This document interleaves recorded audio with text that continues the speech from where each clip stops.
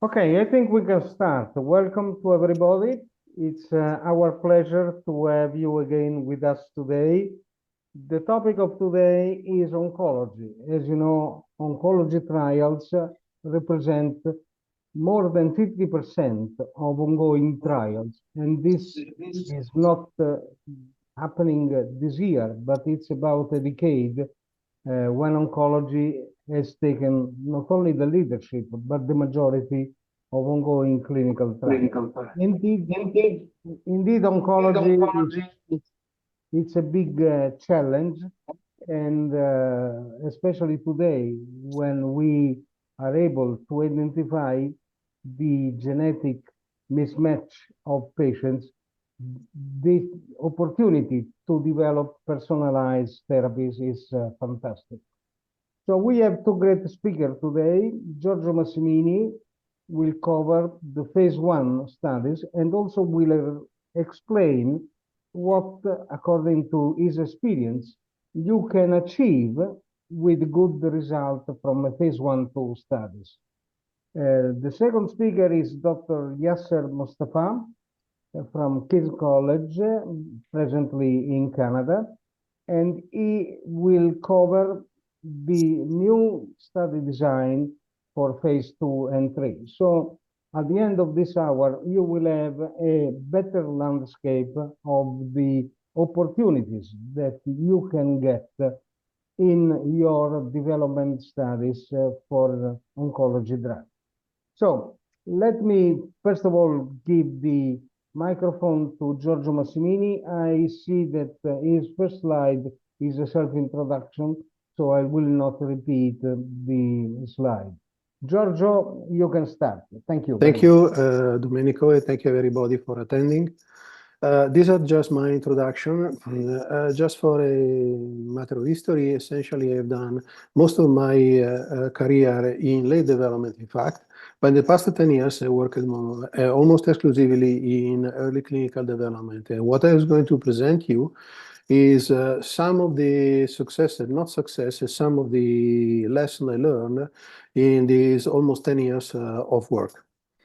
Let me start from the beginning. If you look at the way in which things were developed, classically, what's happening now, many things have changed in the past 10 years. Originally, if you can find in any books, I will tell you that you have to define the safety in phase one, define the recommended phase two, then move to phase two, do the phase three, and then you get an approval. Well, in the past 10 years, things are not going exactly that way. We had drugs approved after, I would say, very, very large phase one, like nivolumab, pembrolizumab, and many of the immuno-oncology drugs. A drug for rare diseases or rare tumor approved in second line. One example is tepotinib, which is a MET inhibitor, and I will show you some data how we got there. And then the phase three became essentially a basic approval for line extension and for confirmatory phase three for the accelerated review. So the entire landscape, regulatory and the development landscape has changed. Focusing back on them on the phase one, classically what we look for in the phase one is a maximum tolerated dose. The problem is that the definition of the maximum tolerated dose is that the highest dose of medicine or treatment that produce the desired therapeutic effect not resulting in unacceptable side effects. Well, unacceptable side effects are defined as severe grade 3 side effects in less than 33% of the patient. Right now, both many regulatory authorities, the FDA in first, are moving to something else, which is the optimal biological dose, which is the lowest dose providing the highest rate of efficacy while being safely administered.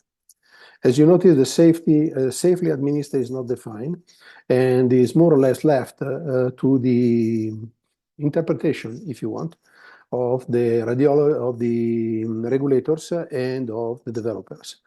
Which is one of the points that I will develop later. Classically, the phase one design are designed to increase progressively the dose, usually doubling the dose at the beginning, then increasing by 50% or less when you get a grade 2 event. You increase the dose in small cohort, 3 to 6 patients, expand the MTD cohort at the recommended phase 2 dose, and then you evaluate the acute and subacute toxicity of the drug, which is important because the long-term effects are seldom seen in phase 1.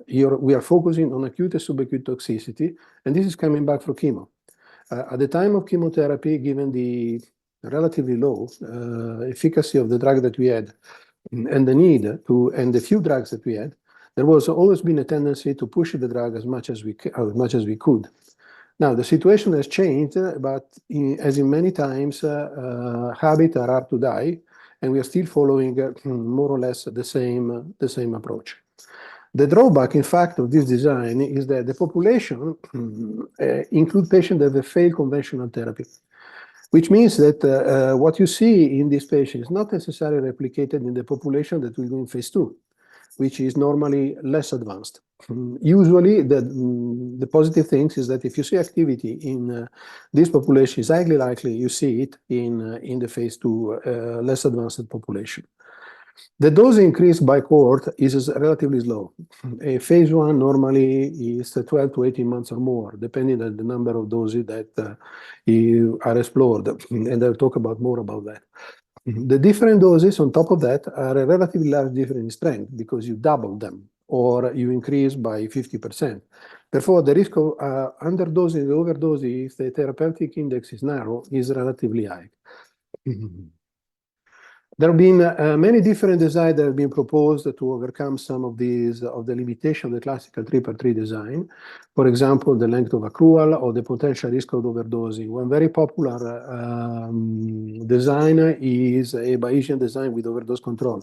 It is still a 3x3 design, which is a very solid design, but with some modification to allow expansion of cohort when you are reaching a potentially effective dose.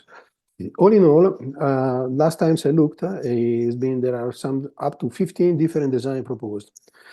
As I said, the most popular, the dose escalation with overdose control. But the problem with all this design is that they are statistical based only on the MTD, on side effect, and therefore you're not considering other three major factors: the biology behind the development of the drug, the pharmacokinetic, and the pharmacodynamic of the drug. The point is that the optical biological dose has not been fully integrated the design so far. Despite that, we have been able to design it for a number of drugs so far. And let me give you a couple of examples. This is an example of success. Is tepotinib that I mentioned before, is one of the drugs I contribute to develop. Is a MET inhibitor and is active in a subpopulation of MET exon skipping 14 lung cancer. Is approximately 4% of lung cancer. The study was conducted with the MTD. That was an old design. Was a classic 3x3 dose escalation. We explored 3 dose escalation regimen in different combination with continuous or with treatment windows. Holiday windows. We have a total of almost 150 patients enrolled. Tepotinib was extremely well tolerated. We went up 1.4 gram per day, 47 times the starting dose, which was enormous. We are not able to define the MTD, and we came out from the trap simply because a biologist working in the team had the brilliant idea to look at the phosphorylation of the receptors. To which tepotinib links. And we were able to determine that we did with translational model approach, looking at the data in animals and at the data in vitro from patient tumor samples, that with a dose of 500 milligram, as you can notice on the figures on the lower right, we were able to essentially suppress the phosphorylation of the receptor and therefore the activity up to 94% forever. You continue treatment and the inhibition goes down more than 90%. That led to expansion in phase 2 with excellent result because we had an objective response of 46%, which is above the level required by the FDA, which is 40% for approval based on phase 2 data. with responses that were present and continuous for a year or more. So of note, all the responses were partial. We didn't have a response, but the duration by independent review was 11 months. Well, with the confidence interval, the upper confidence interval not estimated because certain patients were continuing. That's led to the approval of tepotinib step-MECO basically worldwide. And when we look later on, long term, at the same patient, we observed that not only the response rate was maintained in first and second line, respectively with 57 and 58%, but the duration of response in terms of months was vastly exceeding 2 years. So it was vastly exceeding 1 year. So that was a remarkable result. Furthermore, we were able to demonstrate that if you combine tepotinib with EGFR inhibitor, you further increase the activity versus chemotherapy. So all in all, this is an example on how looking at combining the biology, the safety, and the efficacy of the drug, and the pharmacokinetic, of course, you're able to define the recommended phase 2 dose and successfully develop a drug. Based on that, what we learned? Well, we learned simply that relying on the MTD may not be a good idea because we explored a number of doses that we could skip, honestly. The correlation between preclinical and clinical data is crucial to understand the biology of the disease and the activity of the drug. It's relevant. It's critical to identify the population for the full development plan. In a situation like which one that we have right now, in which the phase 1 is becoming a bit more than the propedeutical preparation for the phase 2, we better identify the treated patient population already in phase 1. Otherwise, we risk missing really the most effective and most responding population. The other thing is the randomization for defining the recommended phase 2, and I know that some regulatory authority, especially the FDA, seems to push in this direction. It's not strictly necessary, because if you are able to convincingly demonstrate that the pharmacokinetic, the pharmacodynamic, and the efficacy, as well as the safety, are converging, let's put it this way, on a given dose and a given patient population, you can successfully demonstrate that that's the dose that you should use. Remember one thing. One is when you fix the dose for the recommended phase 2 dose, you can change it because that's a dose you carry on until registration. So if for some reason this dose is too high or too low, that's it. There is not much margin to change it. The last thing is that there might not be the need for a phase 3 development in the context of the rare disease. The exon 14 skipping MAP mutation is present, as I mentioned, in approximately 4% of non-small cell lung cancer. With that level of frequency and with the relatively limited number of patients we can enroll in clinical trials, it's very, very difficult to run a phase 3, and the health authorities are conscious about that. Now, that's an example of how things went well, and let me show you an example where things didn't go so well. This is a story of a MEK inhibitor with pimasertib. We ran a phase 3 trial, phase 1 trial, sorry, again 3+3 design, 4 doses schedule, 2 discontinued, 2 continuous. We were able to determine the MTD, this time on safety, on essentially full regimen. And at the end, we picked up the 60 milligram BID, 100 milligram every day, as a recommended phase 2 dose based on the suppression, again, of PERK, the one of the target of the inhibition of MEK. We were able to run, we identified the population, which was the enhanced melanoma that were most sensitive to MEK inhibitor, it still is. And we ran at that time a comparison with dacarbazine. I have to point out that when we launched this trial, dacarbazine was still the standard. There were essentially no treatment for melanoma beyond that. It was a very dear situation. And it changed during the development because nivolumab and pembro were approved for the treatment of melanoma. The trial was technically successful because we had a better control rate, better PFS, etc. But in fact, we couldn't develop the drug further because the effect was modest, as you have seen from the curve. And the field was revolutionized by the approval of the immuno-oncology, the CTLA-4 and PD-1. It would have been possible to develop it in combination with the BRAF because one of the side effects of the BRAF, and by the way, the melanoma BRAF patient is less sensitive to immuno-oncology treatment. One of the side effects of the BRAF is a activation of the PERK pathway. So by combining with a MEK inhibitor, we would be able to block it. Unfortunately, we didn't have a BRAF available. So essentially, we stopped at that. The drug is still in development. There is at least one indication, which is neurofibromatosis, where MEK inhibitor alone is active. But at the moment, I know it's in development, but another company, it was licensed out.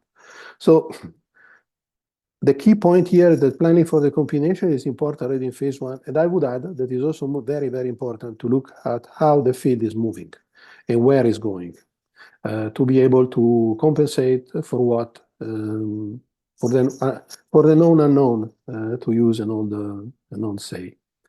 So the experience with pimasertib told us a few things. Again, that relying on the MTD might not really work.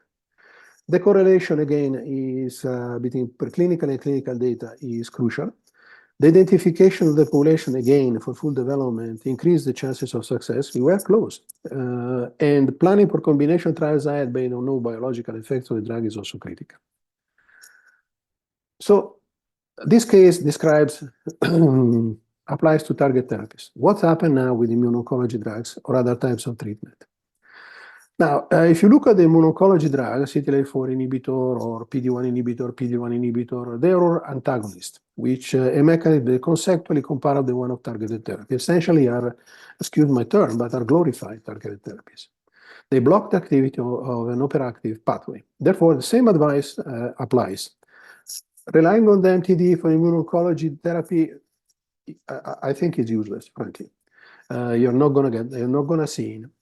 The correlation between preclinical data and clinical data is crucial, but there is a but here. We don't have still good preclinical model for testing immuno-oncology drug. We have some. We have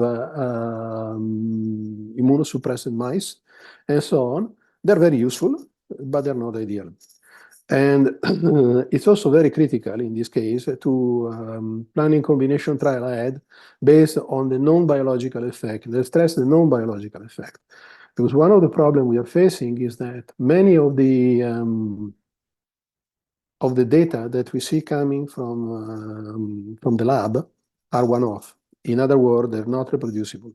So my advice is that always when you look at the new mechanism of action, or a new compound, try to replicate the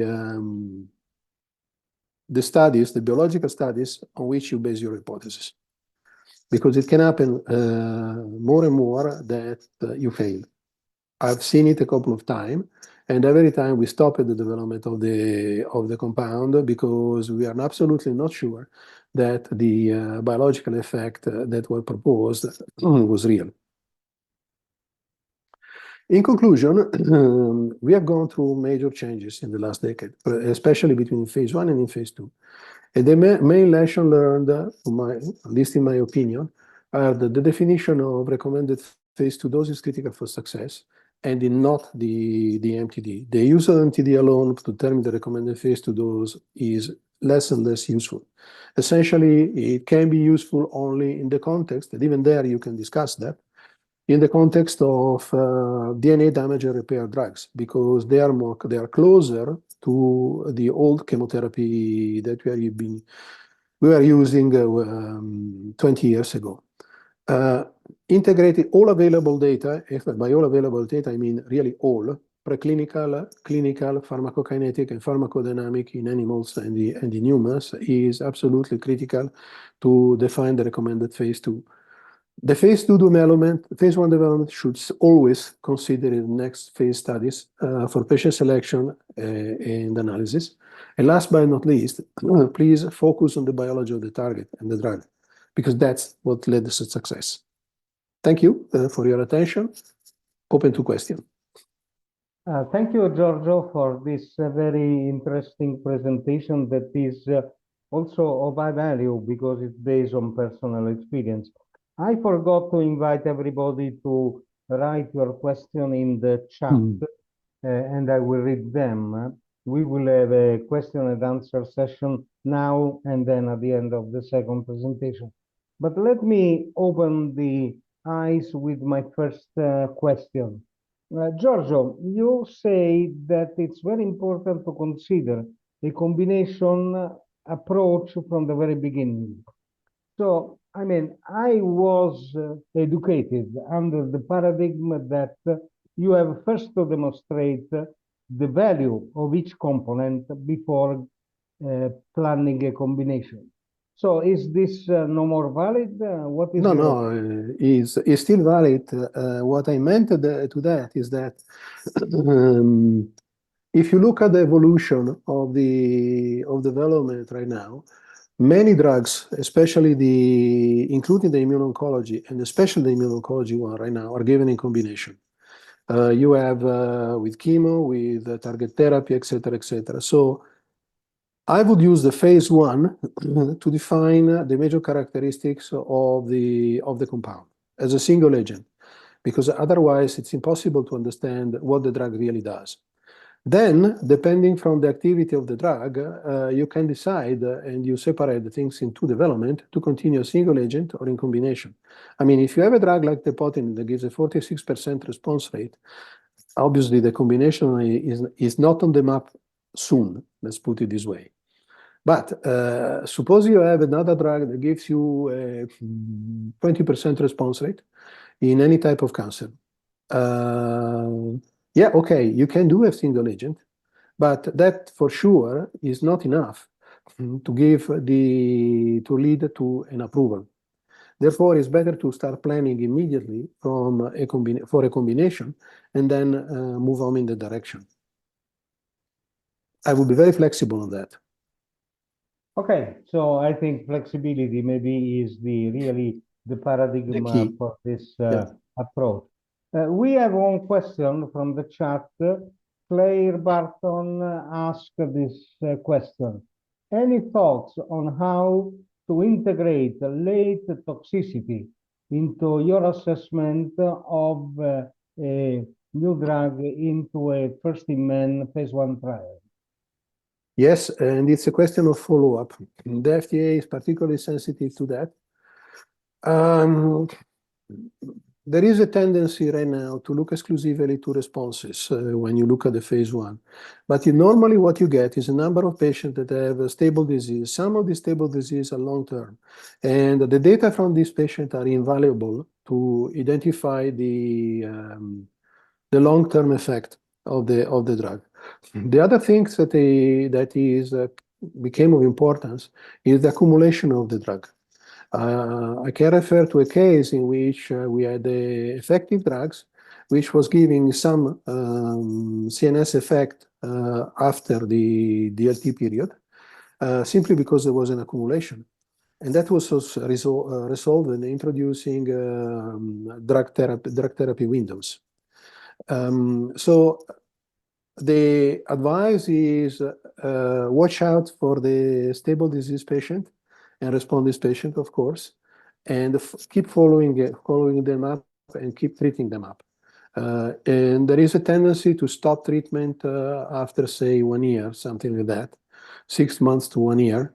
I'm not in favor of that. If the patient is responsive or is stable in phase 1, I will keep it forever, unless the company is not able to supply the drug anymore. Thank you, Giorgio. The same person asked another question that is really very intriguing. What about the use of healthy volunteers in phase 1 oncology? Depends. Let's put it this way. It depends from the drug.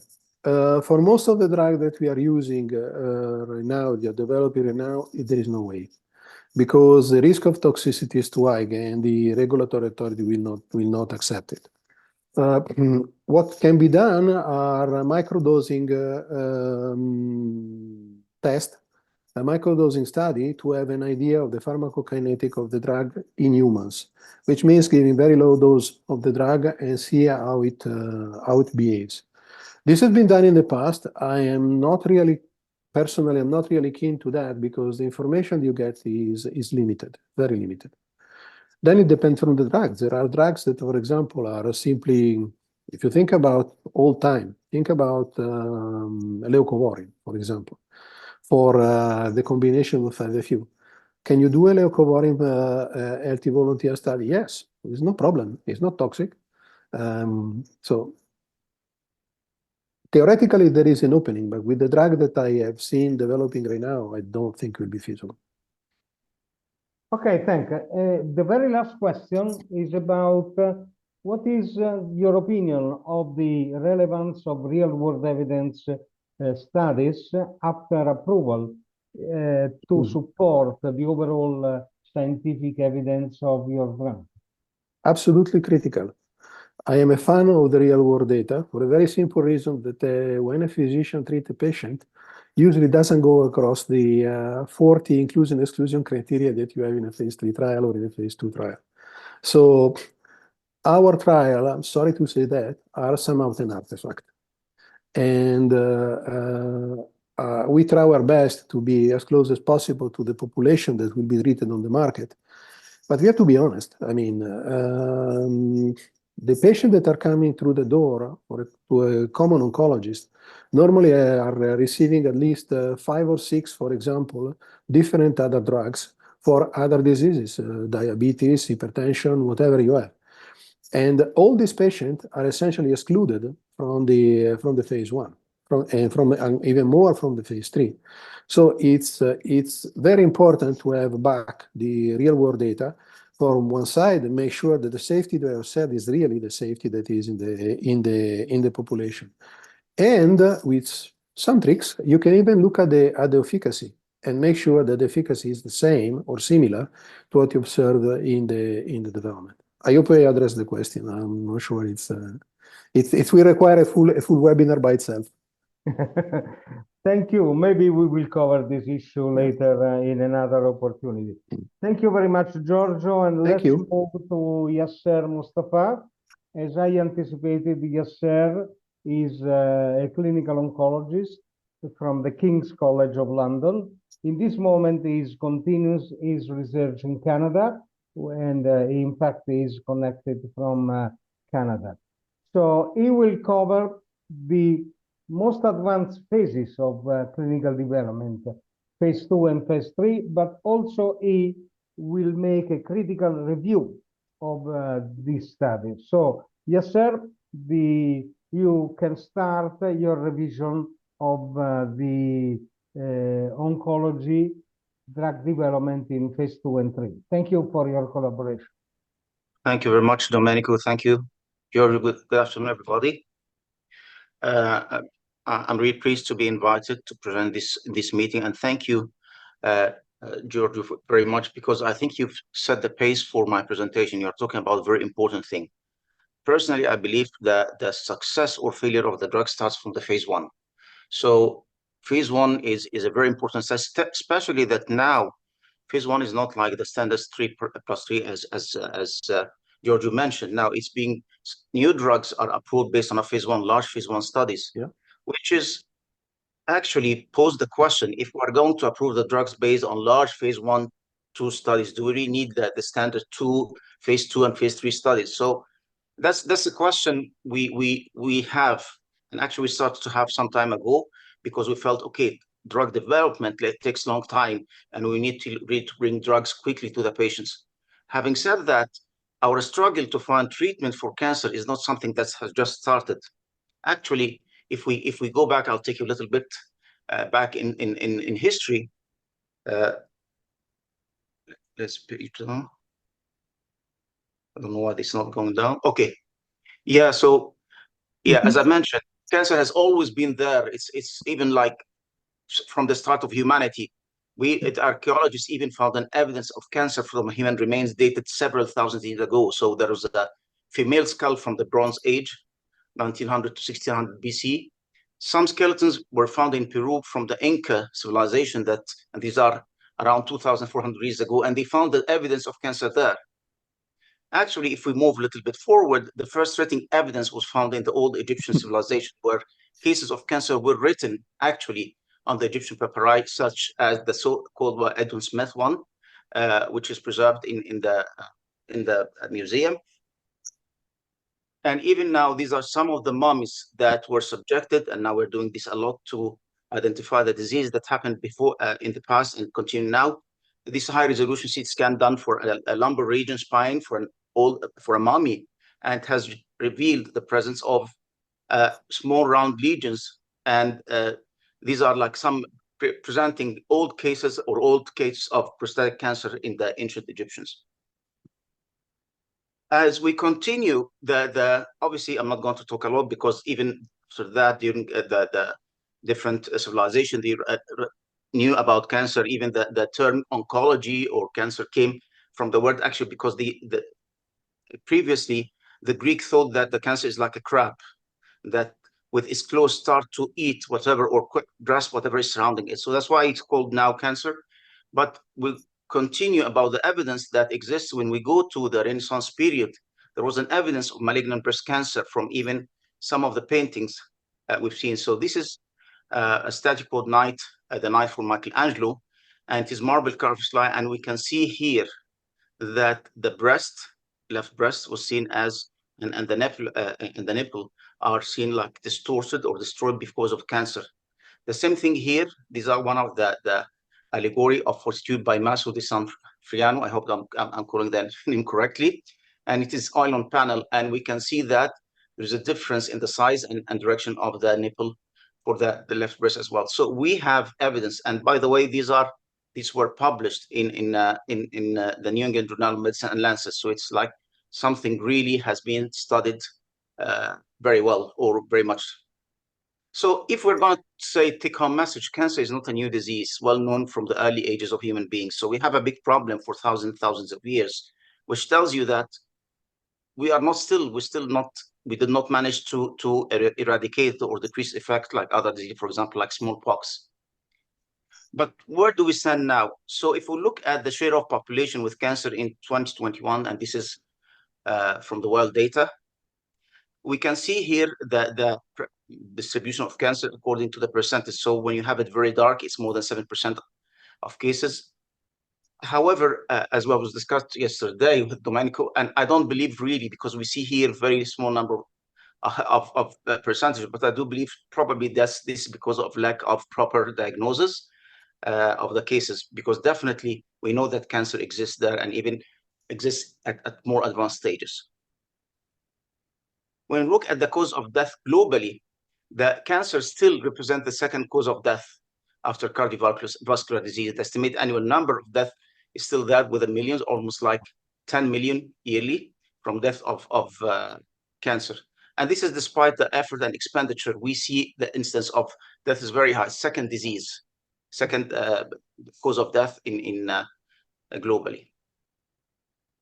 Now, if we're going really to assess, because I don't want really to present that we did not really did any achievement at all. So where do we stand really now? Did we improve, not improve, the same? So if we're going to look into the accrued number, just the cancer death, pure number of deaths, we can see that the number of deaths has increased. However, if we take that into consideration, that not only about the number of cases, but number of cases taken into the context of the population, because the population has also grown, we see that this has actually improved. But also if we incorporate the age standardized cancer death rate, and then we have start to see an improvement. And this is written here. So cancer death taken alone, you don't take into consideration any other demographics. So yes, we see death is increasing. But if we take the number of population, it's also increased. So actually the increase in cancer deaths in relation to the increase in the number of population, we found that cancer deaths has decreased a little bit. But if we apply the age standardized death rate, which the metric tells us about the death rate would be of the age and structure of the population, we have seen that it has stayed, then start to improve.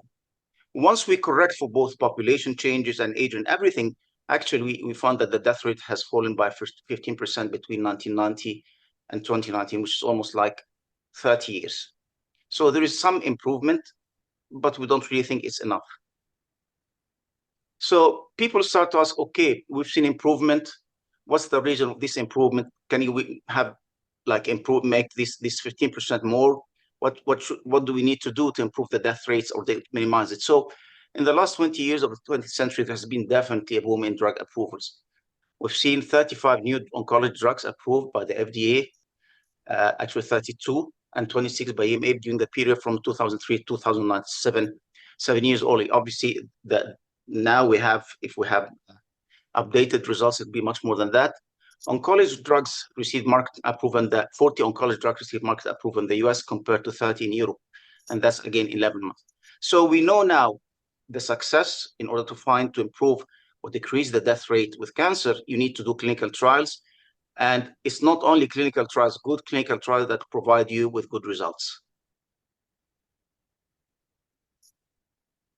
Having said that, and again, thank you, Giorgio, because when you look at the traditional model of drug delivery, we have the discovery looking into the target, identification the target, doing the preclinical development, then phase 1, 2, 3. And we see it's a very long process. And even previously, when we're talking about the standard 3+3, took quite a long time. Then as we go to the phase 2 and 3 with hundreds and maybe thousands of patients, realize that the time it takes to finish the studies and get data, whether positive or negative, it's like very long, bearing in mind that that the patent is the same, because once you identify a target, you start immediately with the patent, you have 20 years. So all this taken from the period of the patent of the drug. And drug development is very, very difficult process and tedious process, because once you have identified almost like 1 million compounds that are screened, only 100 of them hit validation, and lead identification optimization, only 10 of them, and only one drug is approved receives FDA approval based on clinical studies. And this takes between 10 and 14 years and more than $1 billion in costs. So as we can see, it is very expensive, very difficult process, and the failure rate is very high. So what we've seen now is, yes, management of cancer has improved due to the clinical research activities. However, drug development is a very slow process, and how to expedite the process. And that's the time when, as Giorgio mentioned, we start to think, okay, do we really need this long, big phase 2? Why can't we try to generate data from early on from the phase 1 studies, identify a target, and then develop an agent against this target, start to know about the safety. And then even rather than having the standard 3+3, just make it a big studies from the beginning, get the information, get approval, and maybe this is sufficient, or even after approval, you start to get more results. So we jumped into this direction, and spending has really increased exponentially. So between 1996 and 2007, the increase in the expenditure increased from 16 to 46 billion US dollars. So huge amount increase. Really, we've seen at that time all the companies going. Oncology became the creme de la creme, as they say. Everyone would like to develop drugs in oncology because it's definitely at the end it's a very profitable business. Having said that, increased spending was not accompanied by more drugs approved. And what we've seen is that out of the 56 new molecular entities approved in 19, there were 56 new molecular entities approved in 1996, while with increased expenditure, we only had 19 approved by the FDA in 2007. So there's a huge drop that's happening despite the massive increase in our spending. These negative effects, obviously, on the companies, we've all seen, most of us, or all of us who work in pharma companies, and we've seen that affect that profitability of the companies. And they realize that continuous spending like that is not sustainable. They will not be able to survive this way. Just again, an important review of 235 recently published phase 3 studies we found that 62% of the studies did not achieve results with statistical significance, and we're talking about phase 3 studies with hundreds and maybe thousands of patients. The investigators' analysis of the results, and I think we've all seen it, that when it is published, you find that trying in the discussion, try to identify what's the cause of having negative studies. They say maybe that our assumption were we overestimated the effect of the drug, or we assume so. The design of the study from the beginning was not really ideal.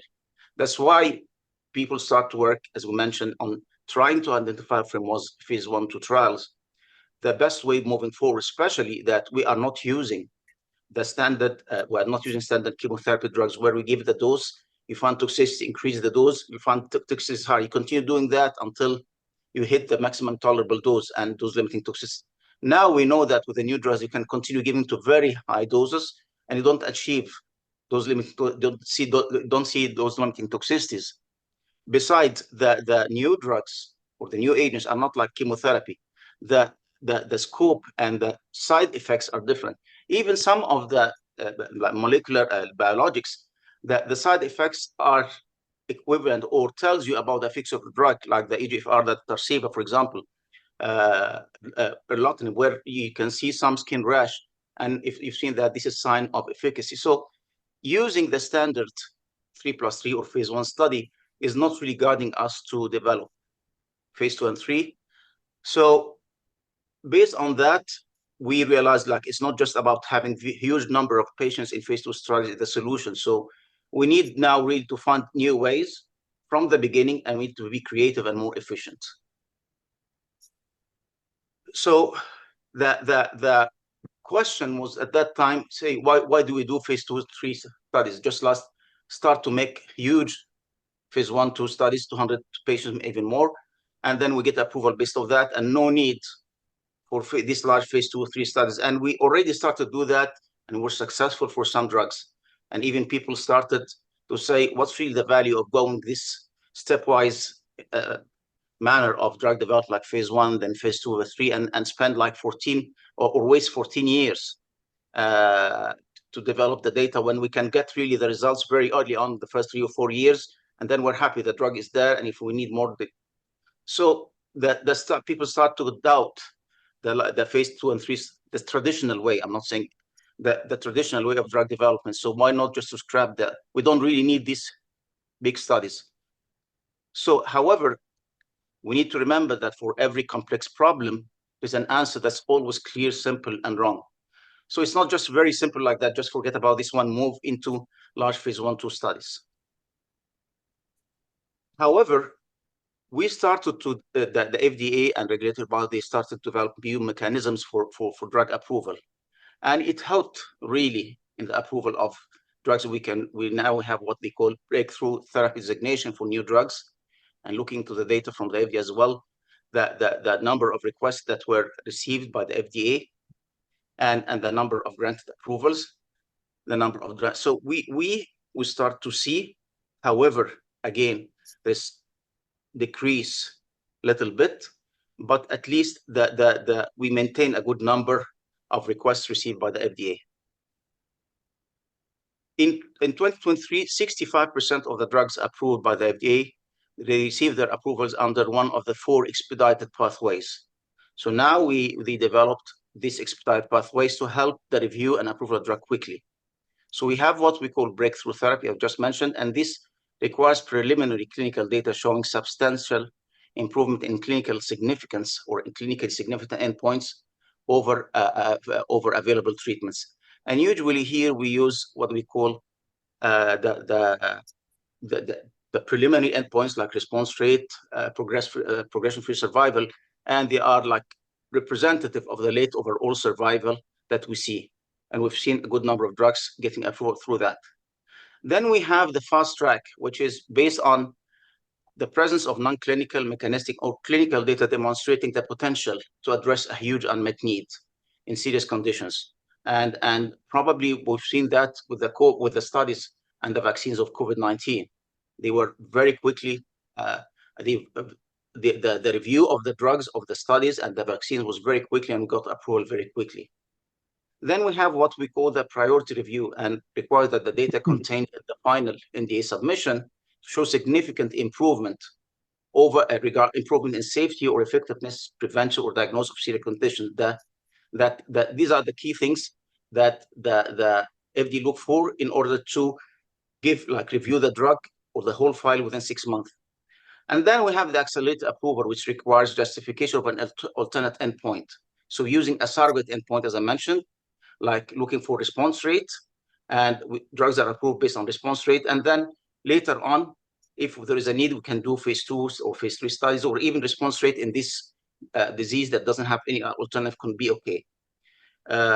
So that was, again, what we call accelerated approval. So definitely we're happy. 65% of the drugs approved very quickly. We have many mechanisms to approve the drugs. And this has paid off, because when you look at the number of deaths for every 100,000 population, for all sides combined, for males and females, we see the number of deaths has decreased. And when you look into the number of deaths averted in men, almost 2,400,000 cancer deaths averted versus 1,200,000 averted in women. So still improvement, but obviously this curve, we need it to go down. The number of deaths averted needs to increase. So as I said, we start to see improvement. The drug development was fast. We'd have mechanism of seeing decrease in mortality, increase in number of cancer deaths averted. However, unfortunately, the other side of the story came with what we call dangling accelerated approvals in oncology. And this paper was even published by Richard Pastor from the FDA. And he was talking about the accelerated approval. When did it start? Actually, it started with the for the treatment of HIV drugs, because if people remember, at that time, it was a big problem, no drugs, nothing at all. So that's the time they developed this accelerated approval, which is approving the drugs quickly if you are talking about disease that doesn't have any other alternative, so long that you have preliminary data or some data says that this drug can address this disease. And this accelerated approval, despite it was developed by HIV drug, but actually we find that approximately 85% of all the accelerated approvals were mainly for oncology, means oncology benefits from this accelerated approval mechanism in the last 10 years in getting most of its drugs approved. In the last 6 years, however, when we look at the accelerated approval of immunotherapy, the checkpoint inhibitors especially, we've seen that more than 75 indications of the around 75 indications approved, around 35% of them were based on accelerated approval. So very high number of approvals, which is excellent. However, unfortunately, 10 of these indications, because these drugs were approved based on accelerated approval, but they were requested to do confirmatory trials later on, and 10 of these indications, that confirmatory trials were negative. They did not confirm what we've seen in early phase studies. That's what they call dangling accelerated approval, because notwithstanding the marketing authorization of these drugs still there, it was approved and people have been using it, the patients taking it. So this really triggered a big issue. At that time, the FDA met with the companies and discussed the situation, and the companies agreed to withdraw 4 of these indications, voluntary withdrawal, and the other 6 indications, they will go to the ODAC to take a decision about them, which is the Oncology Drug Advisory Committee. So despite now with the improvement we've seen, and we've seen very good increase in drug approvals, and the short time takes to approve them. However, still we're not there yet. We're not home and dry. So recently we start to develop something new, which we call the basket and umbrella trials. And it's a novel precision oncology trials design, because now we're talking about drugs that target certain targets. We have a target, we have a genetic mutation, drugs that address these genetic mutations. So we have what we call the basket and umbrella trials. So the general scheme is that you have a master protocol, and the master protocol, you divide it, you have it under the master protocol, either a basket or umbrella trial. A basket trial enrolls patients with different cancer types. So you can have in the basket trial, you have patients with lung cancer, breast cancer, pancreatic cancer, and so on. But the key thing, the common thing that they share is that the same target is targeted with a new treatment. So it could be, for example, EGFR in breast cancer, EGFR in lung cancer. the tumor itself doesn't matter, but it's the same target for all these types of cancers. Or we have what we call an umbrella trials. It's patients with the same type of cancer, but you are targeting different targets. So I'm having here lung cancer. All the patients are lung cancer, but one arm, they are targeting EGFR, the other one is TD19, so 719, so 790. So we're talking about different targets that can affect this disease. And you have several arms of that. So, and this is just to give you an idea, this is a schema of the studies. You have the master protocol, umbrella trial, one cancer type. You have the genetic changes or the genetic problems you have, and then you address them with different targets. You are trying to see which target is probably, if you target it, if you find that, let's say, an agent for this genetic mutation, you'll get very good results in controlling the disease. We know that it's usually every cancer is not only one target, that are main targets, but mainly maybe some one of them or one of these genetic mutations is the leading mutation that causes the development of the cancer. The basket trials is a different story now. We're talking about different types of cancer and one particular genetic mutation and one target drug. So here you test one drug for different types of cancers, here different drugs for the same type of cancer. Obviously, that was really very, very interesting things, and we've seen the NCI in the US doing 2 studies, and it has a huge benefit, which is that this flexible structure basket and umbrella trials allows us for testing multiple interventions simultaneously. Like we can get an answer for different indications or different types of cancer simultaneously. In that case, it's not only testing different types of cancer, I can get an answer, but also know which ones that's not effective. Let's say this targeting this target, this genetic mutation is not really sufficient. You have to look for another target, or this drug doesn't work. So you can have the ability to stop one arm early on and continue the other arms of the study. Nevertheless, after closing the treatment, the results of the sub-study needs to be published very quickly. This is a very important thing because the data or the outcome of these studies will help in developing subsequent studies. Now, they are not there without risk. So one of the risks is that scientific validity. We are targeting one target for each disease or one target for different target each time for the same disease. So, but we cannot really make this distinction, say, but like it's only this genetic mutation that affects the disease, or this the only 2 mutations. It's very complex. We know that the tumor microenvironment is very complex, and there are so many factors that affect the development of cancer. And looking into one target might introduce some sort of bias. The same thing that we start to see, and like with what we talked about, the accelerated approval, we use surrogate endpoints for this in order to see the rapid effect of the drug, assuming this will be translated into long-term benefit. So we use response rate, time to progression, assuming this will be represented or stay positive when we assess overall survival. However, this was not the case, and as we've seen with the hanging accelerated approval. And as I said, the most important thing here, and this is probably the key, or why we're doing all this. Remember, we're trying to develop cancers very quickly. So in order to develop them quickly is that whenever you have a result from one of the arms, you need to publish it. And that was not really the case, or that was not really easy always, because you don't have to wait for the study is still continuing, and maybe one of the arms was closed early on. You need to publish that immediately. And it's not that easy, as we know that, because publications takes a lot of effort and resource.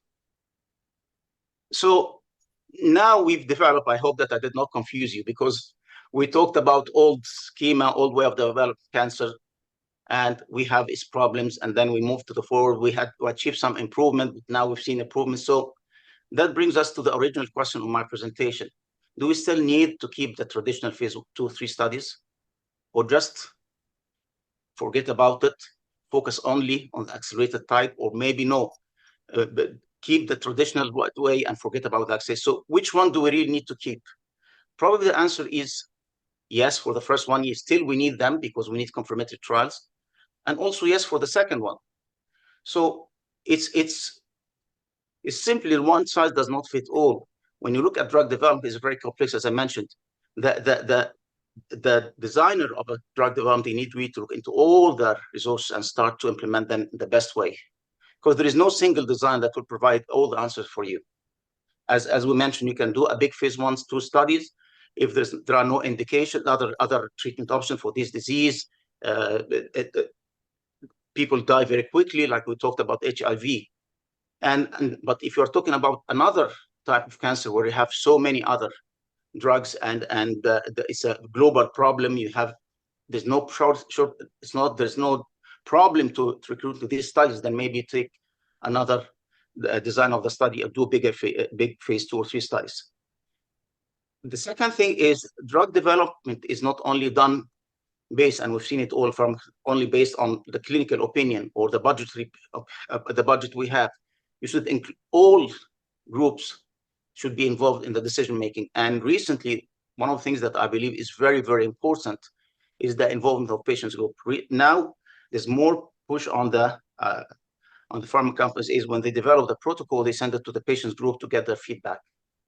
And obviously, we need to avoid repeating mistakes because the same mistakes I mentioned, like underpower study, still happens again and again. So before developing a new drug, people need to look at what the mistakes happened before and try to avoid that. So at the end of my presentation, like one of the quality masters, which is William Edwards Deming, he said, "In God we trust, all others must bring data," which is something the FDA keeps saying all the time. And just to let you know about Edward Deming, I like this quote very much because he's the father of quality management. He's the guy who went to Japan after the Second World War and helped them to develop their revolutionized their industry and made them one of the big or dominant powers in the world. So that's why I hope we are able to achieve same great results also in drug development and oncology and all the disease, not only oncology. So thank you very much for your time. Thank you very much, Yasser. It was very interesting and very broad topic that you covered very well. There is one question that is a technical question, but it has an important in the daily life. One of our participants asked, how do you calculate the sample size in the umbrella and basket trials, since you are dividing the patient into various groups? So is this a difficult technical issue, or statistician can make the calculation properly? Well, I said definitely is okay. That's a very good question. It comes back to what I mentioned. It's not the statistician always that do. They need to sit down with the clinician and see what's the instance of this mutation, how to expect the recruitment, because it takes many things like the instance of the disease, what's the target we're looking for, what's the dominance of it. So it is not straightforward, definitely, but it needs a lot of thinking. And that's why with these new studies, not only the umbrella and basket studies, but the new studies looking into target agents, we start to see smaller number of studies, even phase 3 studies, 200, 300 patients.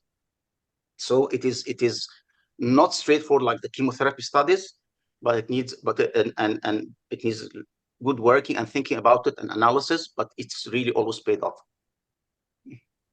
Okay, thank you very much. I think we have reached our conclusion. It was a very useful refreshment of oncology trials with a look at the new study design, new opportunities.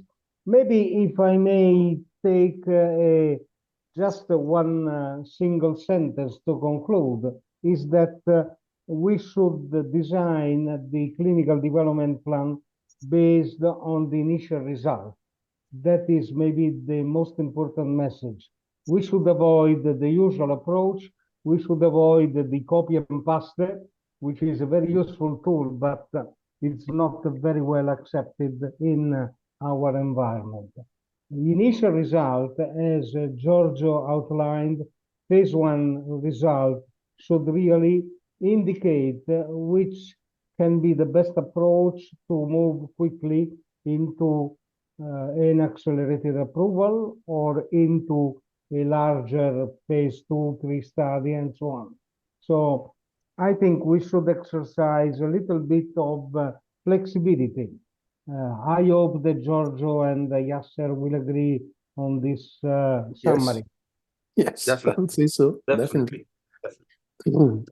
Okay, it was a very pleasant conversation. I like it very much, and I hope also our participants enjoyed it. Thank you, Giorgio. Thank you, Yasser. And maybe in a few months, we will cover again oncology, looking at maybe real-world evidence or some result from the study design that we have discussed today. Thank you very much for your collaboration, and we will keep in touch with you. Bye-bye. Thank you very much. Thank Thank you. you. Bye-bye. Bye-bye.